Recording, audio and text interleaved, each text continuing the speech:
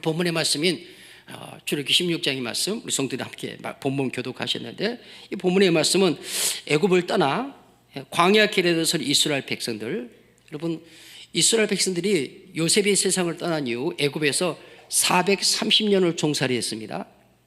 430년을 살았다는 것은 그들은 이미 애굽이 되어버렸다는 겁니다. 히브리 민족이지만 히브리 민족으로서 하나님께서 아브라함을 통해 언약을 받은 언약 백성이지만 그 하나님의 언약의 말씀과 이미 멀어진, 그래서 애굽이 자기 나라가 되고 애굽의 문화가 자기 문화가 되고 애굽의 왕이 자기의 왕이 되고 애굽의 신이 자기 신이 되어버린 그 시간을 430, 적어도 4대 5대가 흘러간 것이지 않습니까? 이런 시대를 산 겁니다. 근데 하나님께서 그런 애굽에 있는 이스라엘 백성들을 출애굽시키시죠. 모세를 통해서. 성경 말씀 의지하면 출애굽기 1장 7절 말씀에 그랬습니다. 이스라엘 자손은 생육하고 불어나 번성하고 매우 강하여 온 땅에 가득하게 되었고 애굽에 거주한 지 430년. 그리고 12장의 말씀에 가면 이스라엘 자손이 람세스를 떠나 숫곳에 이르니 유아 외에 보행하는 자가 60만 가량이요 그랬습니다. 유아 외에 보행하는 자가 60만 가량이요. 40절에서는 이스라엘 자손이 애굽에 거주한 지 430년. 민수기 1장 이하의 말씀에 쭉 가면 46절 말씀에 그랬습니다. 백성들이 숫자를 헤아렸는데 계수된 자의 총계가 60만 3,550명이었다. 이렇게 말씀 기록합니다. 출애굽한 이스라엘 그 백성의 무리가 요아와 거기다 어린아이는 백성의 숫자에 포함이 안 되니까, 또 여자도 마찬가지로 포함이 안 되니까, 또 성경 말씀 속 그 속에는 수많은 잡족들, 출애굽기 12장 38절 말씀에 가면 수많은 잡족과 양과 소와 힘이 많은 가축들이 그들과 함께했다. 그러니까 학자들이 이야기하는 것은 족히 약 200만 가량은 되었을 거다.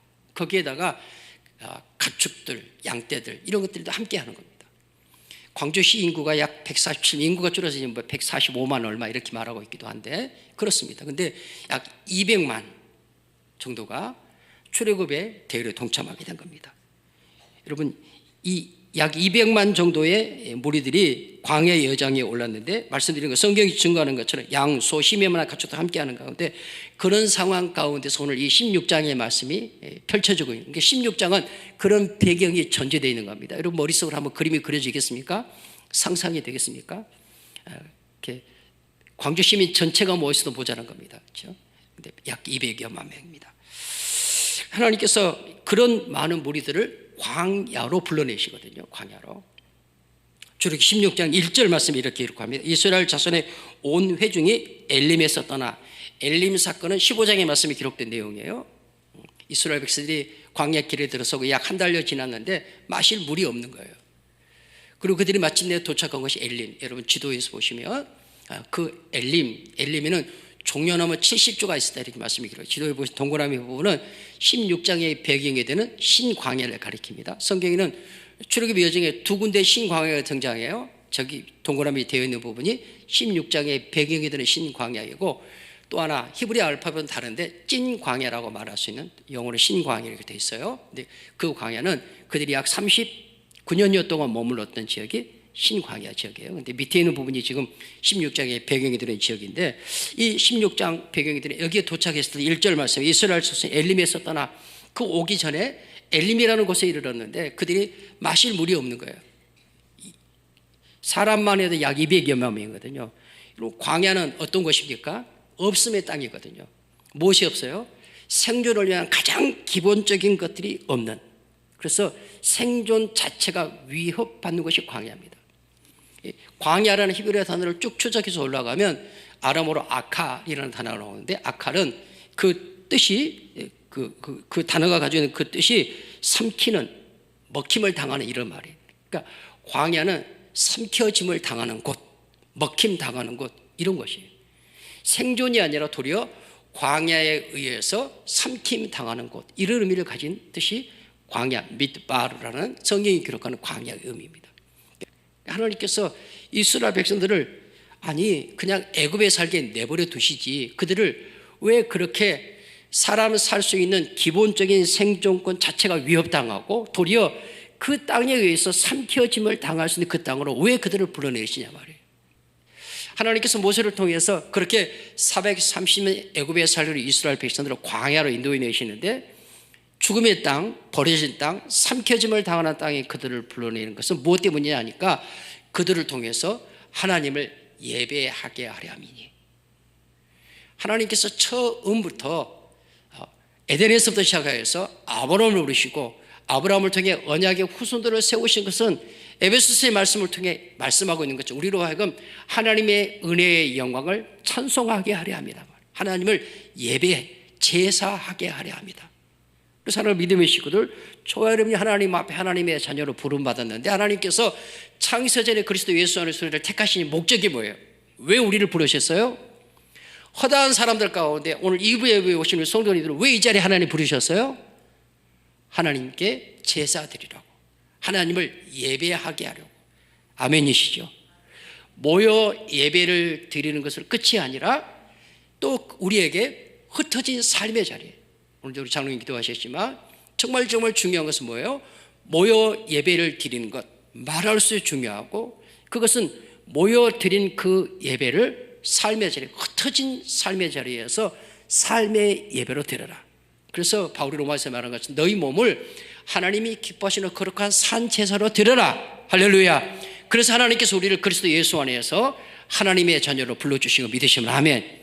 애굽 세상에 살도록 내버려 두지 않고 애굽 세상에 살던 우리를 하나님께서 하나님 여호와를 예배하는 제사하는 백성으로 삼으시려고 그들을 광야로 불러내신 거예요.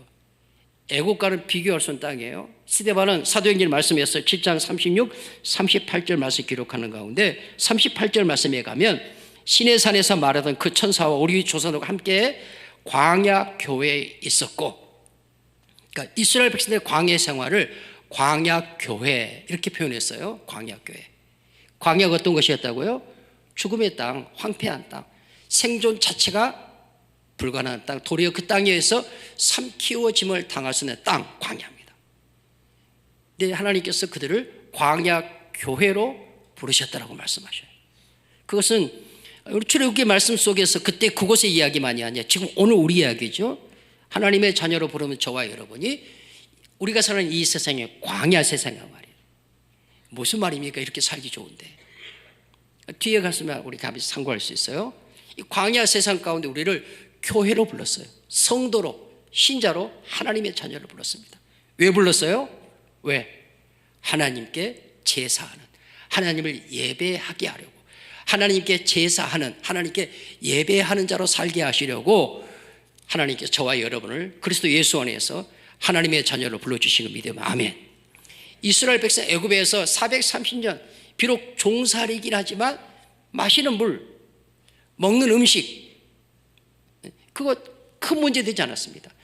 육체를 위한 생존 자체가 예측 불가능한 정도까지는 아니에요. 애굽은 하나님께서. 근데 그런 것들이 도무지 불가능한 땅으로, 어디? 광야로 불러내신 것은 성경이 분명히 말합니다. 모세를 통해서 바로 앞에서 하는 말이 우리 하나님 여호와께서 우리로 하여금 하나님을 예배하라고, 제사하라고 말씀하셨은즉 우리로 하여금 광야 사흘길쯤 가서 우리를 부르신 하나님께 예배할 수 있게 해주십시오. 제사할 수 있게 해주십시오. 이걸 요청하고 있는 것을 말씀을 통해 보게 됩니다.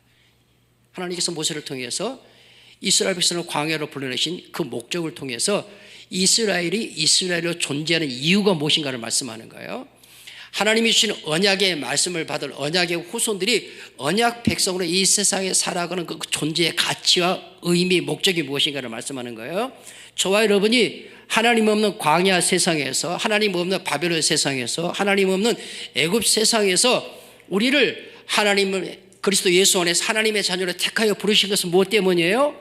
우리로 하여금 하나님을 예배하는 자, 하나님의 은혜의 영광을 찬미하는 자로 살게 하시려고 우리를 부르신 부르심이 하나님의 부르심이고, 그래서 우리의 존재의 의미는 하나님 앞에서 하나님을 예배하는, 하나님이 찾으시는 그 제사를 드리는, 그 예배, 그 제사를 통해서 하나님을 영화롭게 하는 것이 그리스도 예수 안에서 구원받은 성도, 신자, 하나님의 자녀들이 이 세상에 살아가는 존재의 이유인 것을 우리도 함께 믿음으로 고백하시기를 주님으로 축원합니다. 여러분 교회 왜 있습니까? 하나님께서 광야 세상에 스데바리스를 것처럼 왜 교회를 두셨어요? 다른 어떤 이유도 없습니다. 교회는 어떤 정치적인 집단도 아닙니다. 경제적인 이익을 추구하는 그런 집단도 아니에요. 교회는 어떤 친교 집단도 아니에요. 교회가 교회로 존재하는 이유는 하나님께서 교회를 통해서 하나님을 예배하게 하려 함입니다. 또 그 삶의 자리를 통해서 그들을 부르신 하나님의 예배, 하나님께 제사 드리는 자로 살게 하려 하심이에요. 우리 사랑하는 믿음의 식구들, 우리를 예수님께서 그 핏값으로 사서 하나님의 자녀로 삼으신 그 분명한 목적, 내가 신자로 성도로 하나님의 자녀로 살아가는 존재의 이유를 말씀을 통해 반듯하게 다시 확인하시고 우리 하나님 앞에서 하나님이 찾으시는 그 예배, 그 제사를 드리는 거룩한 하나님의 백성의 삶을 승리함으로 살아갈 수 있게 되시기를, 약속을 받은 언약의 후손으로서의 삶을 살아갈 수 있게 되시기를 주님 여러분 간절히 축원합니다. 그래서 하나님 그런 목적으로 이제 광야를 불러냈는데 그들의 광야 가운데서 보여주는 모습 뭐예요? 말씀 보셨던 것처럼 우리에게 왜 마실 물이 없냐, 왜 먹을 양식이 없냐, 그러면서 그들이 하나님 앞에 원망하기 시작하죠. 불평하기 시작합니다. 광야는 우리 속에 숨겨져 있는, 이스라엘 백성들 속에 내재되어 있는 인간의 그 가장 기본적인 생존에 필요한 그 필수적인 요소들이 없음을 통해서 인간 안에 있는, 사람 안에 있는 그 죄악성, 하나님을 향하여 불평하고 원망하는 그것들을 고스란히 드러내는 현장이 어디냐? 광야였어요. 광야. 여러분, 에덴에서 사탄의 시험이 무엇이었습니까? 아담과 하와에 다가와서 하나님 내게 모든 것을 먹을 식물로 주셨는데 그 귀에 대고 속삭인 것은 무엇입니까? 너는 이 하나님이 주신 것을 먹고 마시는 것으로 만족할래? 네가 하나님이 돼, 네가 신이 돼. 그것이 사탄이 아담과 하와의 귀에 넣어준 이야기 아닙니까? 너도 하나님처럼 될 수 있어, 이런 이야기거든요. 여러분, 하나님께서 거듭하여 자기 백성을 불러내신 것, 신광야로 불러내신 것, 성경 말씀 출애기 15장 말씀대로 기록하지만 15장 25절 하반절 말씀에 보면 거기서 여호와께서 그들을 위하여 법도와 율례를 정하시고 그 법도와 율례를 지키나 지키지 않나 시험하실세, 이렇게 말씀 기록합니다. 16장 2절 4절 말씀에서도 하나님께서 이스라엘 백성의 광야, 이 신광야에 왔는데 먹을 양식이 없어요. 그 많은 무리가 먹을 양식이 없는 겁니다. 그때도 역시 마찬가지 16장 3절 말씀에 이스라엘 자손이 그들에게 이르되 우리가 애굽 땅에서 고기 가마 곁에 앉아 있었을 때와 떡을 배불리 먹고 있을 때에 차라리 그 여호와의 손에서 거기서 죽었더라면 좋았을 것을, 이렇게 하면서 어디를 그리워해요? 애굽을 그리워합니다. 애굽의 고기 가마 곁, 애굽의 떡을 그리워하는 거죠. 하나님께서 그럼에도 불구하고 그들을 불러내신 것은 4절 말씀, 그때 여호와께서 모세에게 이르시되 보라, 내가 너희를 위해 하늘에서 양식을 비같이 내리리니 백성이 나가서 일용할 것을 날마다 거둘 것이라. 이같이 하여 그들이 내 율법을 준행하나 아니하나 내가 시험하리라. 하나님을 예배한다는 것, 하나님께 제사한다는 것은 뭐예요? 하나님이 그 율례와 법도를 지켜 행하는 것을 의미합니다. 그래서 하나님께서 그것을 시험하시려고 이런 말씀 기록합니다. 먹을 양식 배가 고파 죽겠다고 하니까, 살 수 없다고 말하니까 하나님께서 땅에서 난 음식이 아닌, 땅에서 난 음식이 아닌 하늘에서 내리는 양식을 주십니다. 그 양식의 이름이 뭐예요? 만나. 이게 뭐야? 만나의 뜻이 뭐냐면 영어 성경으로 보시면 이게 뭐지? 그게 만나라는 이름이에요. 하나님께서 그거 왜 내려주셨나? 성경 보니까 그 만나를 통해서 그들이 하나님의 말씀을 순종하나 순종하지 않나 하는 것을 시험하시려고. 그래서 하나님께서 율례를 주시죠. 만나를 거두는 규례를 주셔요. 가서 너희들이 원하는 만큼 마음껏 거두되 하루에 소용되는 만큼만, 그리고 안식일이 되기 전 엿새 날에는 이틀 분량을 거두도록. 근데 저도 그렇지만 우리 모두가 가진 인간의 죄된 본성은 뭐예요? 그것은 하나님께서 그렇게 말씀하셔도 우리 마음이 근심, 걱정해. 내일은 만나가 안 되면 어떡하지? 그래서 그 하나님의 율례의 말씀을 거스린 결과 먹고 남은 만나가 있는 그곳은 어떻게 됐어요? 악취가 가득하였다. 썩은 냄새가 가득하였다. 죽음의 냄새가 가득했다. 이렇게 말씀에 기록하고 있습니다. 하나님께서 만나를 통해 이스라엘 백성들을 훈련시키시고 시험시키는 거죠. 너희들이 내가 너희를 이곳에 인도해 내가 너희로 하나님을 예배하려 함이었는데 너희가 과연 그러한지를 시험하겠다는 것이었습니다. 그것이 언제까지 만나가 내렸어요? 오늘 본문의 말씀 33절 36절 말씀에 가면 34절 그랬습니다. 아론이 여호와께서 명하신 대로 그것을 그 만나를 증거판 앞에 간수하게 하였고, 증거판은 하나님께서 온 세상을 공의와 정의와 사랑으로 다스리신다는 하나님의 다스리심의 그 의미를 갖는 것이 증거판이었죠. 죄가 사함받기도 하고 하나님께 의로 죄를 벌하기도 하시는 그 증거판 위에 그 만나를 담은 항아리를 간수하게 하였고, 그 다음 35절 말씀, 사람 사는 땅에 이르기까지. 여기 사람 사는 땅을 어디를 가리켜요? 뒤에 말씀이 나옵니다. 곧 가나안 땅 접경에 이르기까지 그들이 만나를 먹었다. 가나안 땅 접경에 이르기까지. 거기 말씀에 기록되는 사람 사는 땅이라는 단어가 야샤브라는 단어인데, 그 단어를 쭉 추적해 올라가면 그것은 무엇을 어원으로 갖고 있냐? 보우라는 단어를 어원으로 가지고 있어요. 보우는 뭐냐면요, 없음, 공허, 그런 말이에요. 그것이 창세기 1장 2절 말씀에 썼습니다. 하나님이 창조하실 땅이 혼돈하며 공허했다고 말씀하잖아요. 그때 그 공허가 보우예요. 그것이 출애굽기 오늘 본문의 16장 35절 말씀에서 사람 사는 땅에 이르기까지라는 그 말의 어원이에요. 그러니까 가나안 땅은 사람 사는 땅이에요.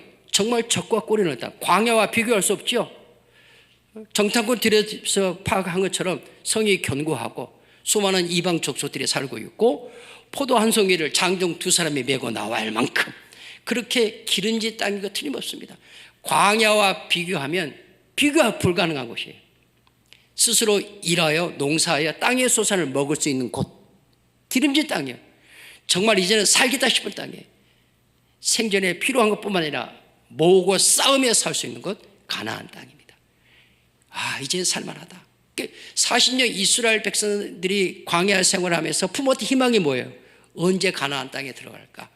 그 적과 꼬리를 땅, 우리 언약의 조상을 통해 약속한 그 땅이 언제 들어? 이게 희망이었잖아요. 근데 성경은 그 땅, 사람 사는 땅이라는 것을 통해서 무엇을 말해요? 그 땅 공허한 땅이야. 없음의 땅이야.